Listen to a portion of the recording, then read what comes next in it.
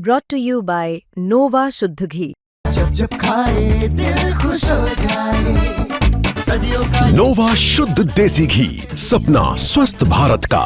I love घी। स्वागत है आप सभी का। मैं हूं आपके साथ सचिन वैद। स्पोर्ट्स तक आप देख रहे हैं और आईएल T20 में क्या जबरदस्त एक से बढ़कर एक मुकाबले हो रहे हैं। हम बात कर रहे हैं मैच नंबर 12 की जो खेला गया डेजर्ट वाइपर्स और गल्फ जायंट्स के बीच में। और एक बार फिर डेजर्ट वाइपर्स ने साबित कर दिया इस टूर्नामेंट में क्यों वो सबसे बेस्ट टीम है इस पूरे टूर्नामेंट की। 5वां मुकाबला इस टूर्नामेंट में उन्होंने जीत लिया है।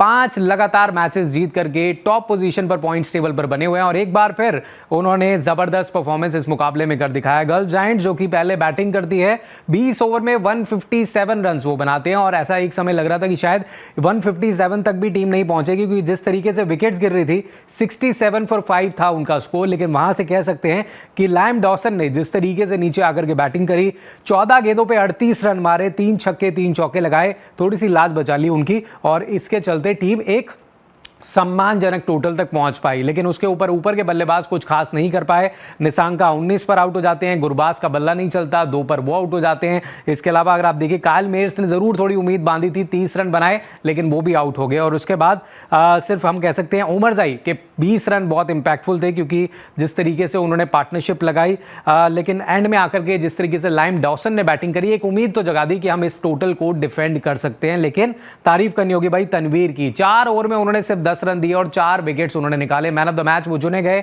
और क्या जबरदस्त वो स्विंग करा रहे थे और दोनों तरफ से स्विंग करा रहे थे जिससे बैटिंग जो है जायंट्स की बहुत ज्यादा मुश्किल उन्होंने बना दी थी।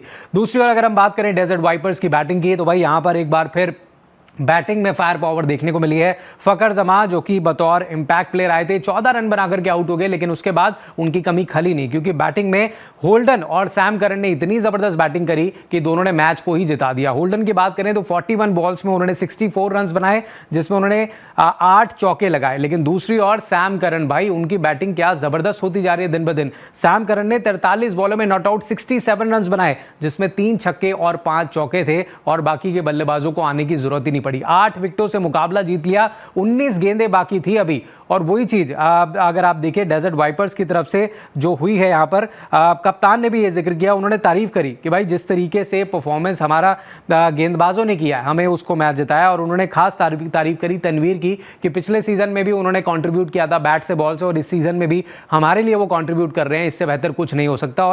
और इससे ज्यादा तारीफ क्या हो जब आपकी ओपोनेंट टीम का कैप्टन आकर के भी तारीफ आपकी कर रहा है क्योंकि गल्फ जायंट्स के कैप्टन जब आए विंस, उन्होंने भी ये कहा कि भाई तनवीर ने बहुत अच्छा स्पेल डाला और हमारे लिए बहुत मुश्किल थे, हमारा स्कोर थोड़ा और ज्यादा बन सकता था लेकिन बहुत अच्छा जो है डेजर्ट वाइपर्स खेली है।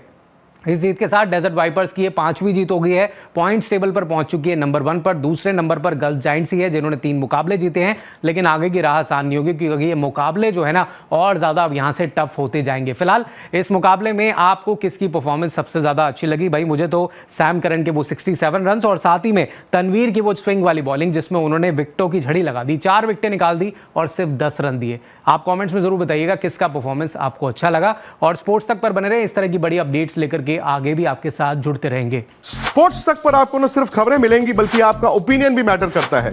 यह आप ही का मंच है। आइए बताइए भारतीय क्रिकेट टीम से आप क्या उम्मीद करते हैं। रहिए स्पोर्ट्स तक के साथ, सब्सक्राइब कीजिए स्पोर्ट्स तक को यूट्यूब और फेसबुक पर।